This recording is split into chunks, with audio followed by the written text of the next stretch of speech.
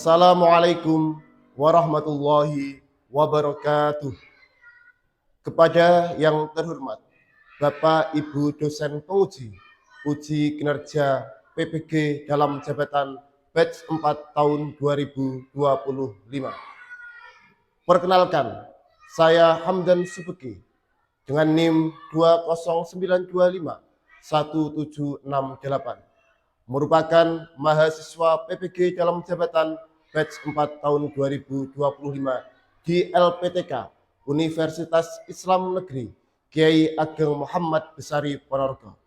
Pada hari ini, Jumat, tanggal 23 Januari tahun 2026, akan melaksanakan praktek pembelajaran dalam rangka penilaian uji kinerja UKM PPG tahun 2025 dengan mata pelajaran Sejarah Kebudayaan Islam dengan materi pokok Khalifah Abu Bakar As-Siddiq radhiyallahu an, kelas 5 di MI Darussalam Barang, Kecamatan Panggul, Kabupaten Trenggalek. Wassalamualaikum warahmatullahi wabarakatuh. Selamat menyaksikan.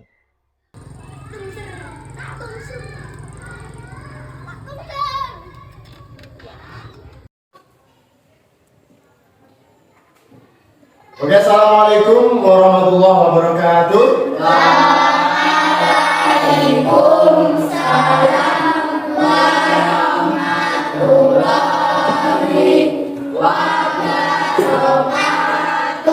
Oke, selamat pagi anak-anak. Alhamdulillah, bagaimana kabarnya hari ini? Sehat. Alhamdulillahirrahmanirrahim. Mari sebelum kita belajar, terlebih dahulu kita berdoa terlebih dahulu. Untuk itu, mohon ketua kelas memimpin doa pada kesempatan ini. Ketua kelas Alif untuk dipimpin. Berdoa, doa mulai. Bismillahirrahmanirrahim. Alhamdulillahirabbil alamin. Ar-Rahmanirrahim. Maliki yaumiddin. Iyyaka na'budu wa iyyaka nasta'in. Ihdinas siratal mustaqim. Siratal ladzina an'amta 'alaihim ghairil maghdubi 'alaihim waladdallin. Amin. Bismillahirrahmanirrahim. Raditu billahi rabban wa bil islami dinna wa bil muhammadin nabiyyan wa rasula. Rabbi zidni ilma warzuqni fahma waj'alni minas sholihin. Amin ya rabbal alamin. Bismillahirrahmanirrahim. Wattini wazzaitun wa turi sinin wa hadzal baladil amin. Laqad khalaqnal insana fi ahsani taqwim. Tsumma radadnahu asfala safilin. Illal ladzina amanu wa 'amilus sholihati falahum ajrun ghairu mamnun. Fama yukadzibuka ba'du biddin. Alaihissallahu bi'ahkamil hakimin. Sadaqallahul azim. Sadaqallahul azim walau fil qiraatil qur'anil azim. Anak-anak, Pagi hari ini kita akan belajar tentang sejarah kebudayaan Islam. Sebelum masuk materi, bisa dilihat ke depan anak-anak. Ada pertanyaan, sesuatu yang paling berharga terancam hilang. Apa yang kalian lakukan untuk melindunginya? Kira-kira sampai punya barang, punya sesuatu yang menurut sampai berharga terancam akan hilang. Apa yang kamu lakukan? Apa? Menjaganya. Apa? Melindunginya. Kira-kira apa? Mendoakannya. Boleh. Apa? Kira-kira? HP-mu mungkin, HP-mu ataupun apa yang paling berharga dalam hidupmu hilang. Apa yang kamu lakukan? Menyembunyikannya lagi. Ada lagi? Ada? Oke. Semuanya yang saya katakan itu adalah menyembunyikan, menjaga, terus merawat, apalagi mendoakannya, itu benar semua. Hari ini, pagi hari ini kita akan belajar bahwa dahulu kala sesuatu yang paling berharga di muka bumi ini sempat terancam hilang, terancam musnah. Salah satu sahabat dekat Nabi Muhammad SAW mempunyai inisiatif, mempunyai kebijakan yang berhasil menyelamatkan barang tersebut. Barangnya apa? Nanti akan kita lihat. Terlebih dahulu, siapa sahabat itu? Mari kita lihat video berikut.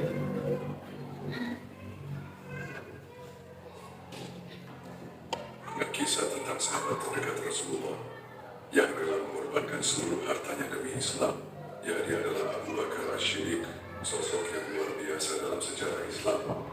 Bayangkan saat Islam masih di masa-masa awal, ketika para budak muslim mengalami siksaan yang kejam dari para majikan mereka, Abu Bakar tanpa ragu menggunakan kekayaannya untuk membebaskan para budak muslim seperti Bilal bin Rabah yang membeli dan memerdekakan mereka, memberikan kehidupan yang lebih baik. Tahukah kalian, suatu ketika Abu Bakar menginfakkan seluruh hartanya hingga tak tersisa sepeser pun hanya untuk mendukung perjuangan Rasulullah. Ketika ditanya apa yang tersisa untuk keluarganya, dengan yakin dia menjawab, "Aku tinggalkan untuk mereka Allah dan Rasulnya." Sebuah pengorbanan yang tak ternilai harganya. Kesetiaannya kepada Rasulullah tak perlu diragukan lagi. Saat peristiwa Isra Mi'raj, ketika banyak orang meragukan cerita Rasulullah, Abu Bakar langsung membenarkan tanpa keraguan sedikit pun. Inilah mengapa ia diberi gelar As-Siddiq, yang membenarkan. Di saat-saat paling kritis seperti ketika hijrah ke Madinah, Abu Bakar menemani Rasulullah bersembunyi di Gua Sur. 3 hari 3 malam mereka bersembunyi. Dengan Abu Bakar siap mengorbankan nyawanya untuk melindungi Rasulullah. Bahkan setelah Rasulullah wafat, Abu Bakar tetap menjadi pilar kuat Islam. Sebagai khalifah pertama, ia memimpin umat Islam dengan kebijaksanaan dan keteguhan, menjaga kesatuan umat dan meneruskan perjuangan Rasulullah. Kisah Abu Bakar mengajarkan kita tentang makna pengorbanan sejati, bukan seberapa banyak yang kita berikan, tapi seberapa ikhlas hati kita dalam memberikan, yang menunjukkan bahwa kesetiaan sejati tidak membutuhkan imbalan, dan cinta kepada Allah dan Rasul-Nya melebihi segala hal duniawi. Maka mari kita teladani semangat pengorbanan dan kesetiaan Abu Bakar, karena sejatinya pengorbanan terbesar adalah ketika kita rela memberikan yang terbaik yang kita miliki untuk sesuatu yang kita yakini kebenarannya. Sungguh, Abu Bakar As-Siddiq telah meninggalkan jejak yang tak terhapuskan dalam sejarah Islam, menginspirasi generasi demi generasi tentang arti ketulusan, pengorbanan, dan kesetiaan sejati. Pernahkah kalian mendengar kisah tentang sahabat terdekat Rasulullah yang rela mengorbankan seluruh hartanya demi Islam? Ya. Oke, dari video tersebut, menurut sampean tadi saya berkata bahwa salah satu sahabat yang setia kepada Nabi. Siapakah beliau? Abu Bakar As-Siddiq. Betul sekali anak-anak ya. Salah satu sahabat yang paling setia dan selalu berada di sisi Nabi Muhammad SAW adalah Abu Bakar As-Siddiq. Sebelum kita memasuk ke materi inti, terlebih dahulu kita ice breaking terlebih dahulu supaya lebih semangat lagi belajarnya. Coba anak-anak bisa berdiri. Ice breakingnya hari ini, kalau lakukan apa yang saya katakan. Lakukan apa yang saya katakan. Jangan lakukan apa yang saya lakukan. Paham? Oke, kita cek untuk melatih konsentrasi sampean.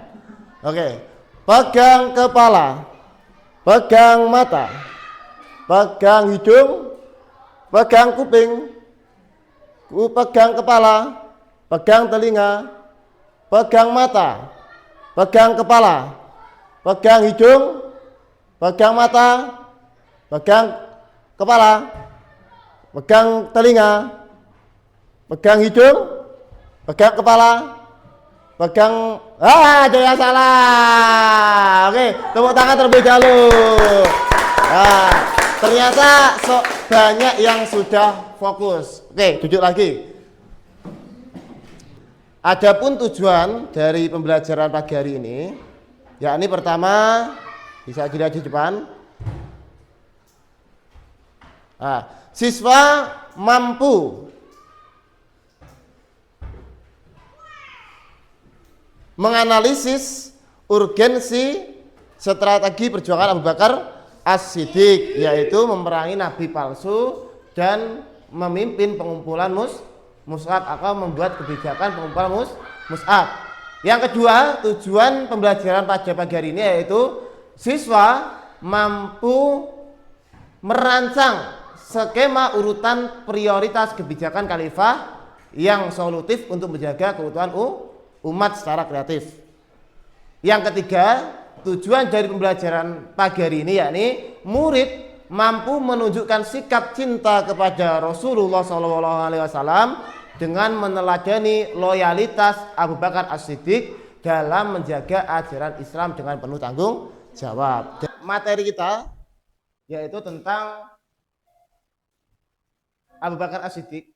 Kita mulai dengan sebuah kehilangan yang mengguncang dunia. Pernahkah kalian merasa bingung ketika sahabat terbaik kalian pergi? Bayangkan perasaan itu namun dirasakan oleh seluruh umat. Pernah ada yang kehilangan sahabat? Pernah? Ya, ada yang pernah, ada yang belum pernah. Tapi kamu bisa bayangkan, orang yang kamu cintai itu hilang. Mungkin sahabatmu, ibumu, atau yang lain. Bisa bayangkan kamu. Sedih no mboten? Sedih ya? Pasti sedih. Dan itu yang dirasakan umat Islam pada waktu Rasulullah SAW wafat, termasuk yang dirasakan oleh Abu Bakar As-Siddiq. Ya. Kita tahu bahwa Abu Bakar As-Siddiq ini adalah sahabat dekatnya Nabi, sahabat setianya Nabi. Bahkan pada waktu hijrah ke Madinah yang menemani Nabi Muhammad SAW adalah sahabat Abu Bakar As-Siddiq. Waktu bersembunyi di Gua Hira. Setelah Nabi Muhammad SAW wafat, umat Islam disibukkan ataupun sebagian umat Islam ini terpecah belah menentukan siapakah pengganti Nabi. Pada waktu itu sahabat-sahabat dari Ansor sudah berkumpul di rumah ataupun di balai Sakifah Bani Sa'idah ya, untuk melakukan musyawarah mengangkat pengganti Nabi. Mendengar itu, Abu Bakar As-Siddiq bersama Umar datang sana. Singkat cerita ikut bermusyawarah ya. Singkat cerita gitu aja. Singkat cerita, orang-orang atau sahabat-sahabat akhirnya memutuskan untuk mengangkat atau membaiat siapa ini? Abu Bakar As-Siddiq. Setelah diangkat Abu Bakar As-Siddiq, umat Islam menghadapi dua ancaman besar. Setelah Abu Bakar As-Siddiq ini diangkat atau dibaiat menjadi khalifah, umat Islam menghadapi dua ancaman besar, yakni ancaman keutuhan umat dan ancaman warisan abadi. Kenapa umat itu keutuhannya terancam? Ada yang tahu? Iya, salah satunya karena adanya muncul kelompok-kelompok yang mengaku nabi baru atau nabi palsu. Selain itu, banyak juga kaum murtad yang menolak zakat. Apa yang dilakukan Abu Bakar? Ini kira strategi tegas Abu Bakar As-Siddiq, yaitu dengan cara membentuk 11 divisi pasukan yang terorganisir yang bertugas untuk membasmi nabi palsu dan juga orang-orang murtad yang dinamakan dengan perang Riddah. Jadi perang Riddah itu adalah perang antara pasukan dari Abu Bakar As-Siddiq 11 divisi tadi menghadapi orang-orang atau pengikut nabi palsu dan juga orang-orang murtad. Menang apa kalah? Menang. Berhasil menumpas gerakan nabi palsu, meyakinkan kembali kaum yang menolak membayar zakat, dan 3 mengembalikan keamanan dan persatuan di seluruh jazirah Arab. Apakah selesai tugas Abu Bakar? Belum, permasalahan belum. Setelah perang Riddah, salah satu perang dalam perang Riddah adalah perang Yamamah. Ini pasukan Abu Bakar As-Siddiq atau sahabat-sahabat banyak yang gugur, terutama mereka adalah sahabat penghafal Al-Quran atau hufaz. Karena banyak yang gugur, salah satu sahabat dekat Nabi juga, yaitu Umar bin Khattab, ini merasa khawatir ketika banyak sahabat Nabi, para penghafal Al-Quran, para hufaz, ini tiada, nanti Al-Quran ini akan hilang. Karena pada waktu itu Al-Quran masih sebagian ditulis di daun kurma, ada yang ditulis di batu, dan yang paling banyak adalah di hafalan para sahabat. Kalau para sahabat ini nanti meninggal dunia, wafat semuanya, pasti Al-Quran ini akan hilang. Maka Umar bin Khattab mengusulkan kepada Abu Bakar supaya diadakan pembukuan Al-Quran. Bisa dilihat depan usulan yang dilakukan Umar bin Khattab untuk mengumpulkan Al-Quran menjadi satu atau menjadi satu buku atau satu mushaf. Mungkin dari secara singkat saja sebelum kita masuk ke tugas, ada yang ditanyakan terlebih dahulu? Ya, bolehlah. Naya, coba. Berdiri. Perlu berapa lama dalam proses pengumpulan Al-Quran itu? Dalam proses pengumpulan Al-Quran perlu waktu berapa? Lama itu waktunya. Oke, terima kasih, tepuk tangan dulu buat Naya, ini yang sudah berani menjawab. Ada yang berani menjawab? Oke, dijawab dulu apa ada pertanyaan lain? Jawab dulu ya. Perlu waktu berapa lama yang dilakukan oleh Abu Bakar As-Siddiq? Jadi waktu secara sejarah itu tidak ada catatan secara real nyata. Tapi beberapa catatan bahwa pengumpulan Al-Quran itu dilakukan sekitar tahun 11 Hijriah sampai 12 Hijriah. Ya mungkin kurang lebih di rentang waktu itu 1 tahun itu. Jadi sangat cepat karena waktu itu muncul kekhawatiran, jadi dilakukan dengan kebijakan itu segera dijalankan. Itu aja ya. Bisa dimengerti? Bisa diterima? Oke, terima kasih. Lanjut ke LKPG. Dan silakan nanti didiskusikan permasalahan yang ada di dalamnya. Ya.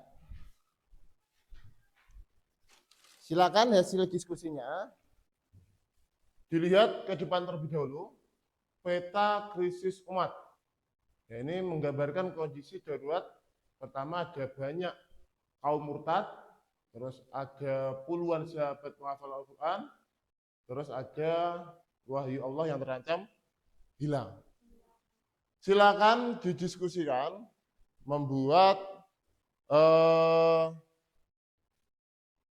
di LKPD sampean dari fakta-fakta yang ada, yaitu menganalisis tingkat kedaruratan pengumpulan mushaf, merancang skema prioritas kebijakan untuk menjaga keutuhan umat. Silakan didiskusikan dan nanti silakan dibuat ada yang membuat peta konsep, ada yang membuat percakapan, dan juga ada yang membuat ini puzzle ya.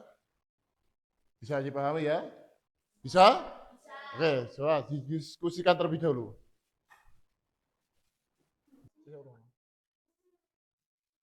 Ya, ini ada puzzle-puzzle. Pasti ini ada sangkut pautnya satu dengan yang lainnya. Jadi ada sebab, ada akibatnya apa. Nah, kamu cari sebab-sebabnya terlebih dahulu. Nanti akibatnya apa? Ya, bisa dipahami? Kamu diskusikan dan nanti kamu urutkan, pasangkan hasil itu sesuai dengan sebabnya. Oke, silakan bisa mencari dari sumber, dari buku tulis LKS atau dari buku paket. Ya, jadi sampean membuat peta konsep tentang biografi, tentang sejarah Khalifah Abu Bakar, mulai dari tadi pembuatan atau masalah apa, masalahnya apa saja yang dihadapi Abu Bakar, terus setelah itu apa lagi, kebijakannya apa saja, hasilnya yang diraih saat ini apa. Oke, bisa dicari dari berbagai buku, dari sumber. Ya, didiskusikan, silakan untuk berdiskusi. Oke, sampean tugasnya itu kan membuat apa itu percakapan tentang pentingnya persatuan dalam organisasi, ya kan? Nah, silakan dibuat percakapan itu yang menarik mungkin, yang menggambarkan pentingnya organisasi. Mungkin di situ ada pro kontranya, ya, ada yang terus nanti dibuat percakapan, nanti dipresentasikan. Ya, bisa dari buku paket, bisa mencari sumber dari yang lain.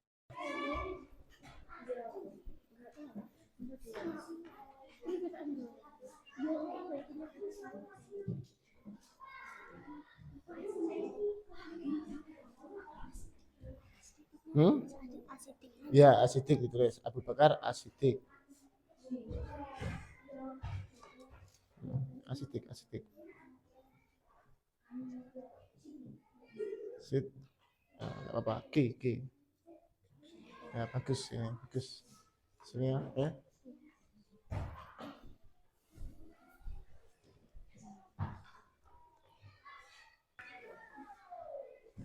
Oke anak-anak, mengerjakannya apa sudah selesai? Sudah ya? Kalau sudah, tugasnya selanjutnya adalah mempresentasikan. Masing-masing kelompok mempresentasikan hasil diskusi kelompoknya. Dimulai dari kelompok berapa? Kelompok 1? Mana kelompok 1? Anggotanya. Oke, kelompok 1 silakan maju mempresentasikan ke depan. Sana. Ini bawah. Di sana. Assalamualaikum warahmatullahi wabarakatuh. Waalaikumsalam warahmatullahi wabarakatuh. Kami dari kelompok 1 akan mempresentasikan hasil diskusi kami tentang pentingnya loyalitas pada pemimpin. Kita sedang menghadapi situasi sulit, kita harus bersatu. Pak Arif, bagaimana jika keputusan ini keliru? Loyalitas itu mendukung demi kebaikan bersama. Tanpa loyalitas, tim bisa terpecah. Loyalitas itu penting, tapi kritik yang membangun juga penting. Baiklah, saya akan mendukung pemimpin dengan setia.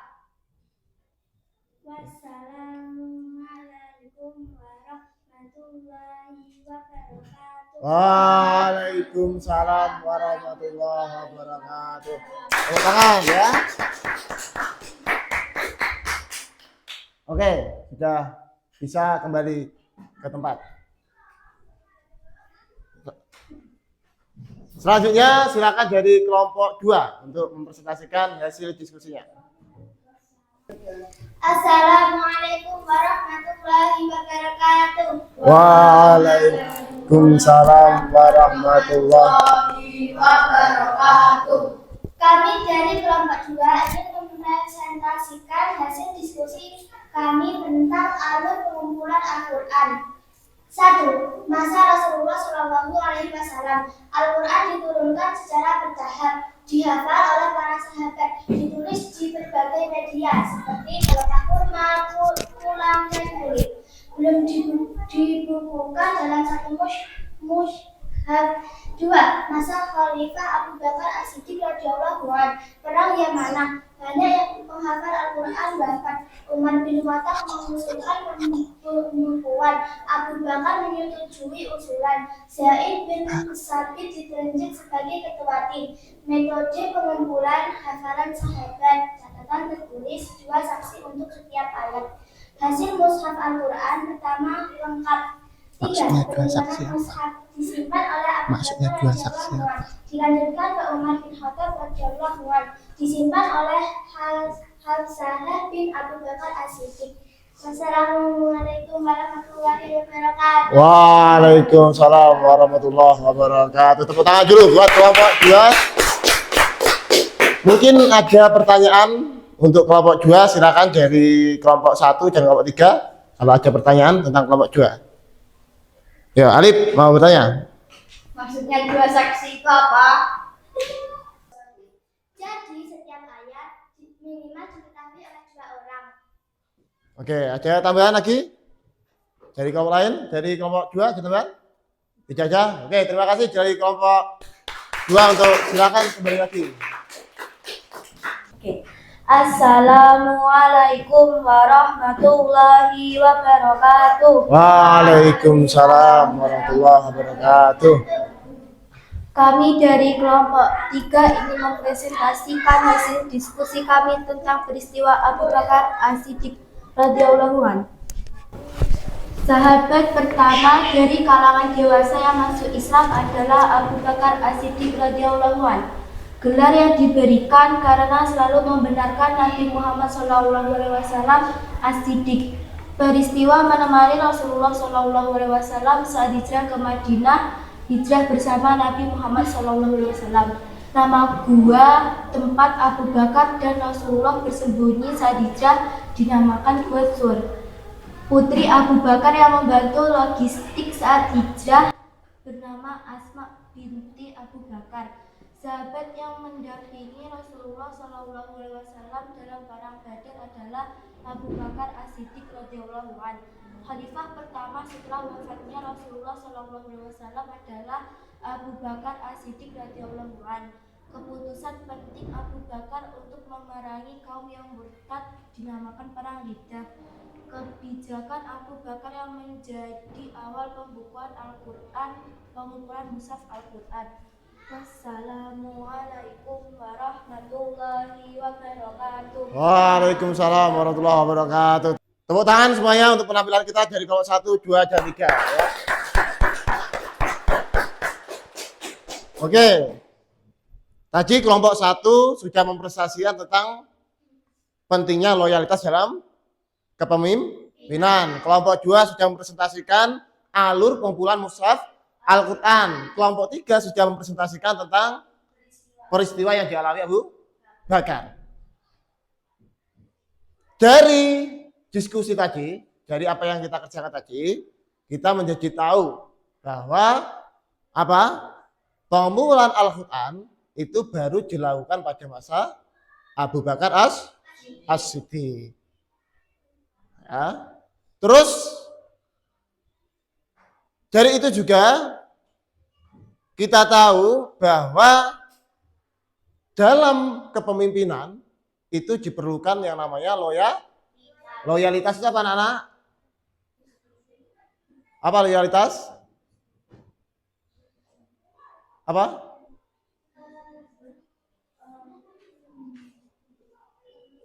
Hormat, ya, patuh, ikut, mendukung seorang pemimpin, itu ya. Terus kalau kita bicara Abu Bakar, itu banyak sekali peristiwa yang dialami oleh Abu Bakar bersama Nabi. Salah satunya kenapa Abu Bakar itu mendapat gelar As-Siddiq, karena Abu Bakar ini salah satu sahabat yang selalu membenarkan Nabi Muhammad SAW, termasuk dalam peristiwa Isra Mi'raj. Abu Bakar menjadi orang pertama yang membenarkan peristiwa tersebut. Maka beliau menjabat gelar As-Siddiq. Juga dalam berbagai kesempatan Abu Bakar ini turut serta dalam menemani Rasulullah. Contohnya waktu peristiwa hijrah ke Madinah yang menemani adalah Abu Bakar. Bahkan waktu itu di perjalanan beliau harus dikirim oleh putri Abu Bakar yang bernama Hafsah bin Asma binti Asma binti Abu Bakar. Itu putri dari Abu Bakar.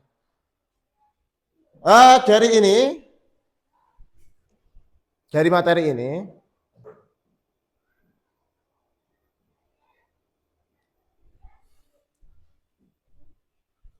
dari kepemimpinan Abu Bakar ini ada 2 poin hal yang sangat penting, yaitu bahwa kepemimpinan Abu Bakar ini berhasil menyelamatkan bersatunya umat, dan yang kedua adalah menjaga Al-Quran. Mari kita belajar dari khalifah ke ketua kelas dalam memilih pemimpin. Coba dalam pemilihan ketua kelas itu biasanya apa itu? Saling apa? Saling memilih. Ada juga yang apa itu? Saling voting, ya kan? Tapi yang terpenting dalam memilih seorang pemimpin itu apa? Memiliki sifat jujur. Jadi ketua kelas atau apapun seorang pemimpin itu yang utama harus mempunyai sifat jujur. Yang kedua, seorang pemimpin itu harus patuh pada aturan. Contohnya ketua kelas. Dia sebagai pemimpin kelas, maka dia juga harus patuh pada aturan kelas. Siapa di sini pemimpinnya? Alif ya. Alif harus patuh pada aturan kelas. Juga demikian. Di sini siswa-siswanya ataupun anak buahnya yang dipimpin, siswa-siswa yang lain harus loyalitas pada Alif, ya kan? Karena dia sebagai pemimpin. Kalau Alif mungkin ngajak bersih-bersih kelas, ya ikut bersih, ya. Begitu, anak-anak ya. Dan yang paling penting, pemimpin sejati itu harus populer. Ya. Yang penting adalah dia punya tanggung jawab. Mungkin itu yang kita bisa pelajari dari kepemimpinan Abu Bakar As-Siddiq. Semoga harapan kita ke depan sebagai seorang pemimpin, kita semua adalah seorang pemimpin bagi diri sendiri, bisa pemimpin nanti bagi keluarga atau pemimpin bagi negara, lingkungan maupun agama. Harapan kita 1, tanamkan dalam diri adalah apa? Jiwa jujur. Yang kedua apa? Patuh Yang ketiga apa? Bertanggung jawab. 3 itu. Kamu terapkan dalam hidupmu, kita akan menjadi pemimpin yang baik. Mungkin itu saja. Terakhir anak-anak, yakni kita buat jurnal pribadi cinta kepada Abu Bakar As-Siddiq. Tulislah di bukumu dengan jujur. Ya. Pertama, hal paling menantang apa yang kamu pelajari hari ini adalah, ya. Hal yang menantang pelajaran hari ini menurutmu apa? Apa diskusinya apa? Kamu tulis secara jujur. Yang kedua, sifat Abu Bakar yang paling ingin kamu miliki agar lebih mencintai sama teman apa? Sifat Abu Bakar yang ingin kamu miliki atau yang pengen kamu tanamkan dalam dirimu apa? Silakan ditulis di jurnal atau buku masing-masing. Oke, silakan anak-anak, sudah bukunya ditutup. Kita akhiri pertemuan hari ini tentang materi Abu Bakar As-Siddiq. Berikutnya di kesempatan pertemuan selanjutnya kita akan menjelajahi yakni kepemimpinan dari Umar bin Khotob sang singa padang pasir.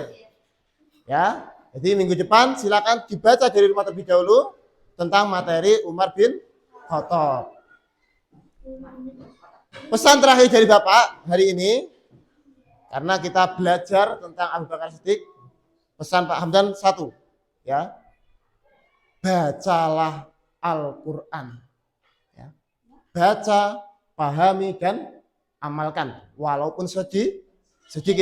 Kalau bisa setiap hari, entah waktu setelah maghrib, setelah subuh, setelah isya, minimal sempatkan satu ayat membaca Al-Quran. Biasakan one day, one ayat. Oke ya? Bisa? Bisa. Oke. Mari kita akhiri pertemuan kita di hari ini dengan bacaan doa akhir majelis. Kita tutup dengan doa akhir majelis. Bismillahirrahmanirrahim. Subhanakallahumma wa bihamdik asyhadu an la ilaha illa anta astaghfiruka wa atubu ilaik. Saya akhiri sekian, akhirul kalam. Wassalamualaikum warahmatullahi wabarakatuh. Waalaikumsalam warahmatullahi wabarakatuh. Ya, apa boleh? Ya.